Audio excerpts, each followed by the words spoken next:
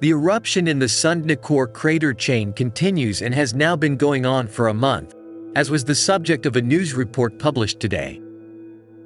One of the craters located to the east of Sundhnúkur continues to erupt. Lava is still flowing towards the south of the crater but does not extend far, so the lava field continues to accumulate near the crater. There are active lava fields near Hagafell, as seen in images from the Icelandic Meteorological Office webcam.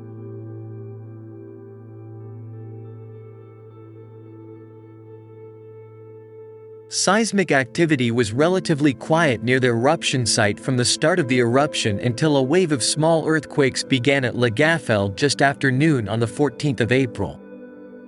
Seismic waves lasted for more than 4 hours and were associated with changes in pressure in the Earth's crust due to land.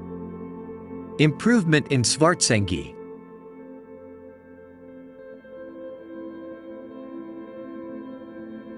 Seismic activity is still occurring on the western slopes of Fagradalsfjall at a depth of 6 to 8 kilometers and has been ongoing since the riots in the Sundhnúkur area over the last 4 months.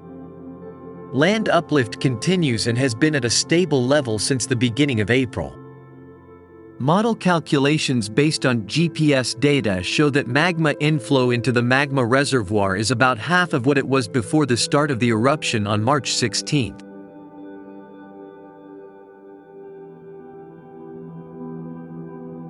This indicates that about half of the magma originating from depth is accumulated in the magma reservoir, while the other half erupted to the surface. In early April, the rate of soil uplift began to increase. Currently, the same volume of magma is erupting to the surface and is also accumulating in the magma chamber beneath Svartsengi, causing an increase in pressure in the magma chamber.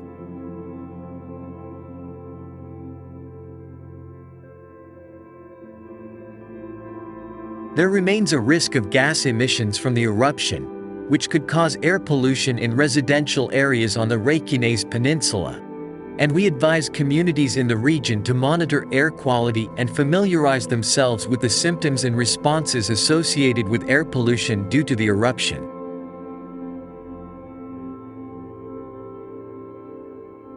Today's weather forecast: the wind is slow, the direction varies. Thus, gas can accumulate near the eruption site. Tonight, winds will blow to the southeast at a speed of 10 to 15 meters per second, carrying gas emissions northwest towards Reykjanesbær. West and northwest winds are expected to reach 3 to 10 meters per second tomorrow morning, spreading the gas east and southeast towards Örlygsson.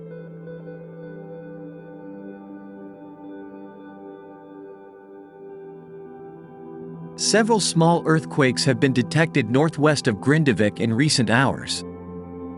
This seismic activity is focused near the embankment formed on the 10th of November and is most likely related to ground deformation in Svartsengi, which influences the stress regime in the region.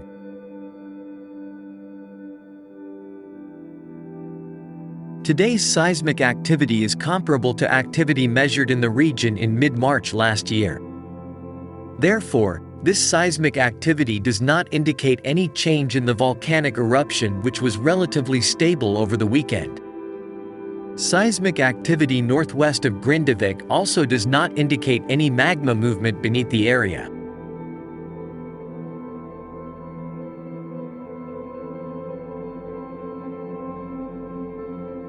If the magma were to deviate from its current path emerging in the Sundhnúkur crater series, and choose an alternative path, such as heading west towards Eldvorp or south of Orbernir, a possible eruption in the area would involve very intense seismic and ground activity. Deformation that is clearly visible on instruments and satellite images. Currently, there are no such signs. The Icelandic Meteorological Office continues to carry out 24-hour surveillance in the area to monitor the location of the eruption.